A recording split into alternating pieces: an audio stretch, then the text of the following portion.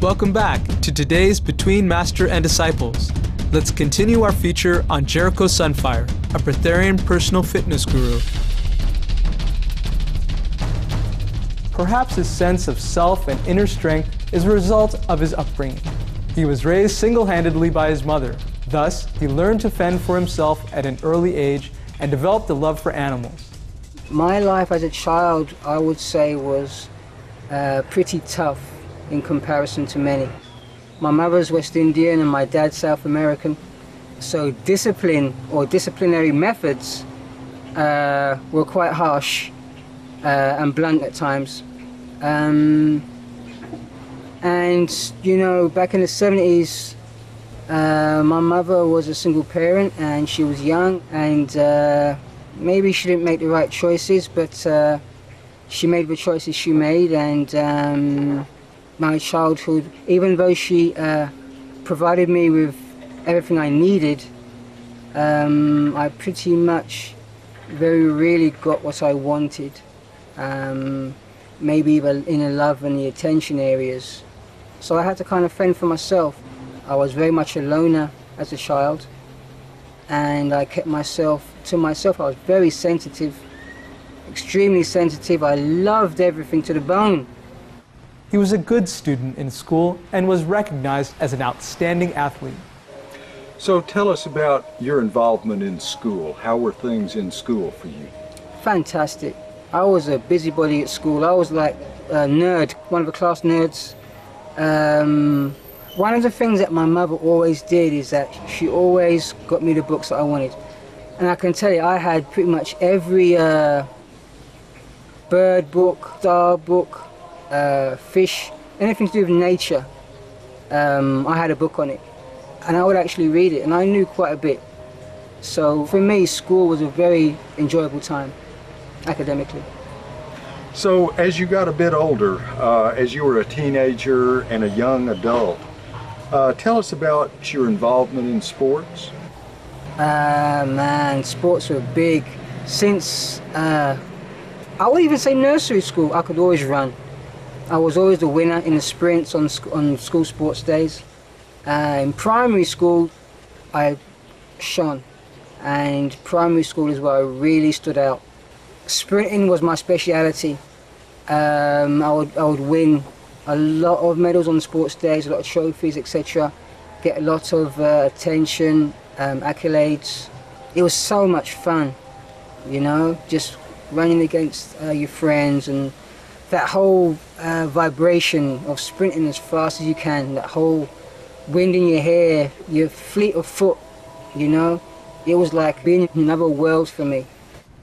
His fleet of foot got him a position in a professional rugby team at an unusually early age.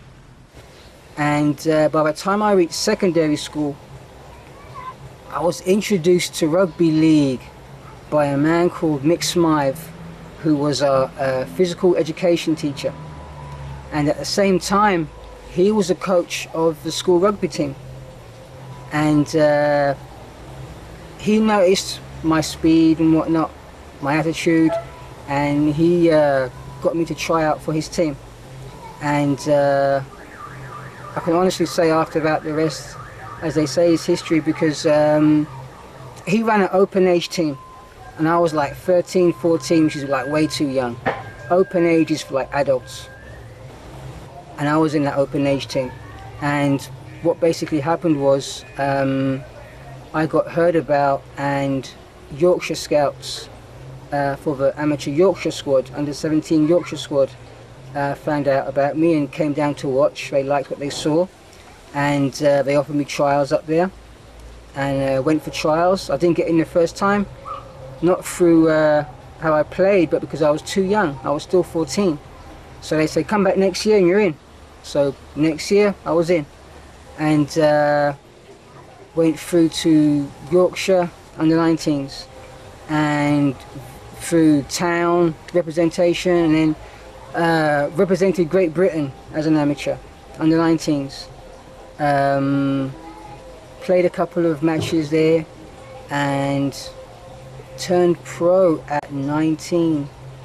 And I turned pro for Oldham Rugby League Football Club, my first club. and I can honestly say the best times of my life, even though my life's not done yet. His experience in the rugby league helped shape his character and gave him the life skills he needed. It was the camaraderie was what I thrived on, the team spirit. Rugby league was my father figure.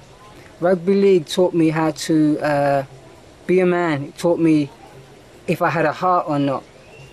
It taught me how to respect other men.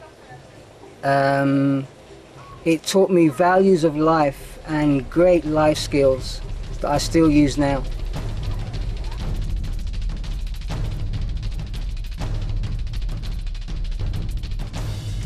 Thank you, cherished viewers, for being with us today for Between Master and Disciples.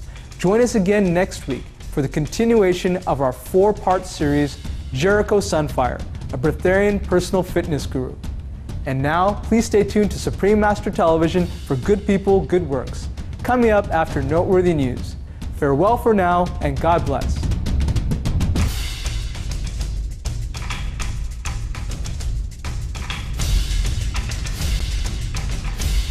For more details, please visit www.suprememastertv.com/BMD.